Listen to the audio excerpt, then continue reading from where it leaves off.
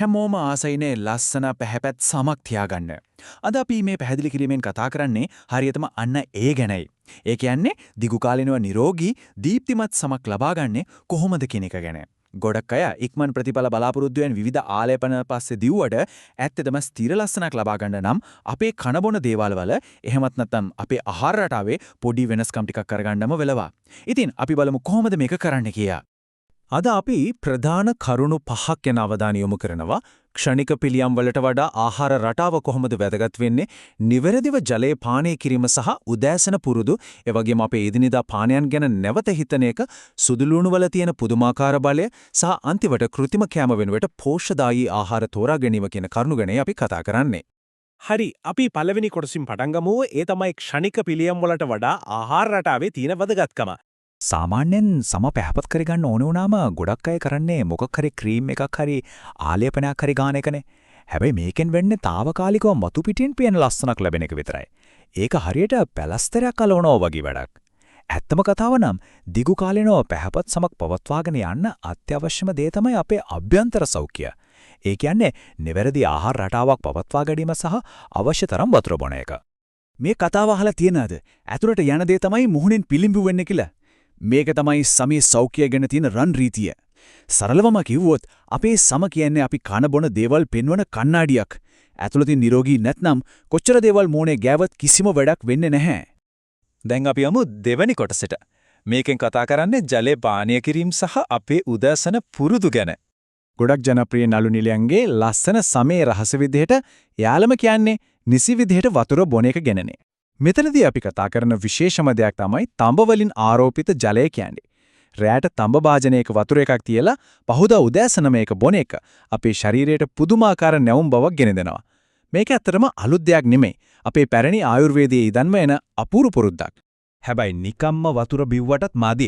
හරියට කාලසටහනකට බොන එක තමයි වැදගත්ම. දවසකට වතුර වීදුරු 8ක්වත් බොන්න ඕනේ කියන එක අපි හැමෝම දන්නවනේ. මේක ලේසියෙන්ම කරගන්න පුළුවන් මෙහෙමයි. උදේ නැගිට ගමන් වතුර වීදුරු එකක් හරි දෙකක් හරි බොන්න.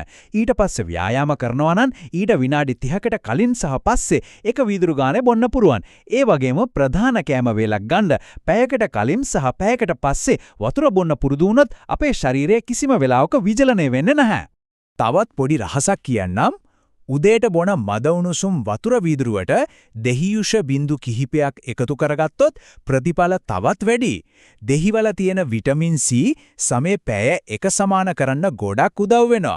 ඒ විතරක් නෙමෙයි මේකෙන් කොණ්ඩයට හොඳ දීප්තියක් ලැබෙනවා වගේම හිස්සොරි වළක්වා ගන්නත් පුළුවන්. එක පුරුද්දකින් වාසි ගොඩයි නේද?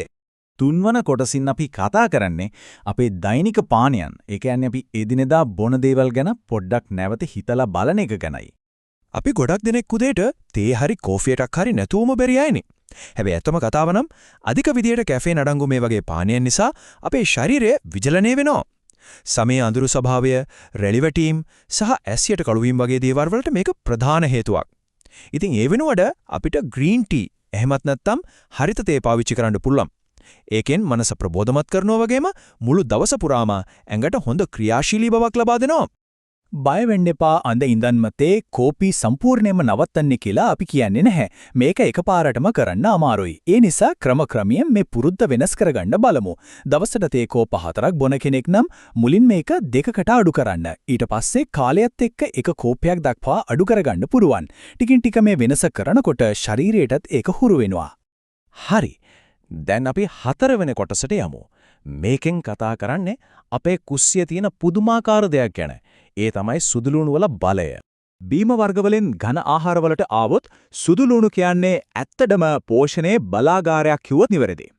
මේ පුංචි සුදුලුණු බිකක අත්‍යවශ්‍ය ඛනිජ ලවණ, විටමින් B6, යකඩ සහ පොටෑසියම් වැනි පෝෂ්‍ය පදාර්ථ රාශියක් පෙරලා තියෙනවා.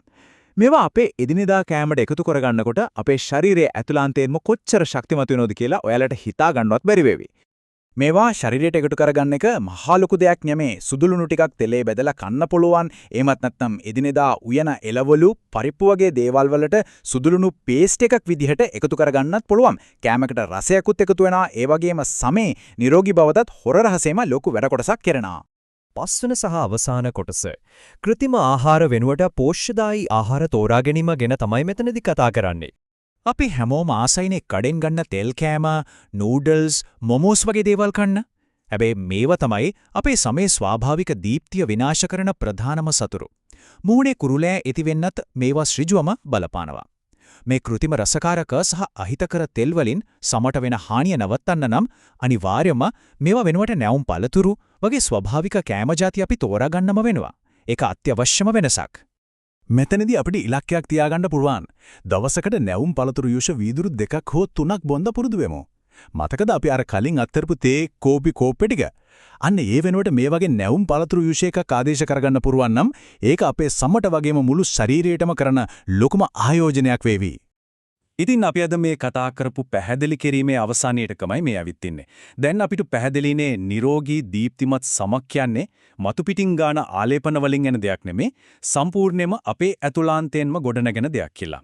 එහෙනම් පොඩ්ඩක් හිතලා බලන්න දිගු කාලීන නිරෝගී සෞඛ්‍යයක් වෙනුවෙන් ඔයාලගේ දෛනික පුරුදු අතරින් මුලින්ම වෙනස් කරන්න හිතාගෙන ඉන්නේ මොන පුරුද්දද? ඒ ගැන හිතන ගමන්ම අද ඉඳන්ම මේ පුංචි වෙනස්කම් ටික ප්‍රායෝගිකව කරලා බලන්න ලෝක වෙනසක් අනිවාර්යයෙන්ම අත්විඳින්න පුළුවන් වෙවේ.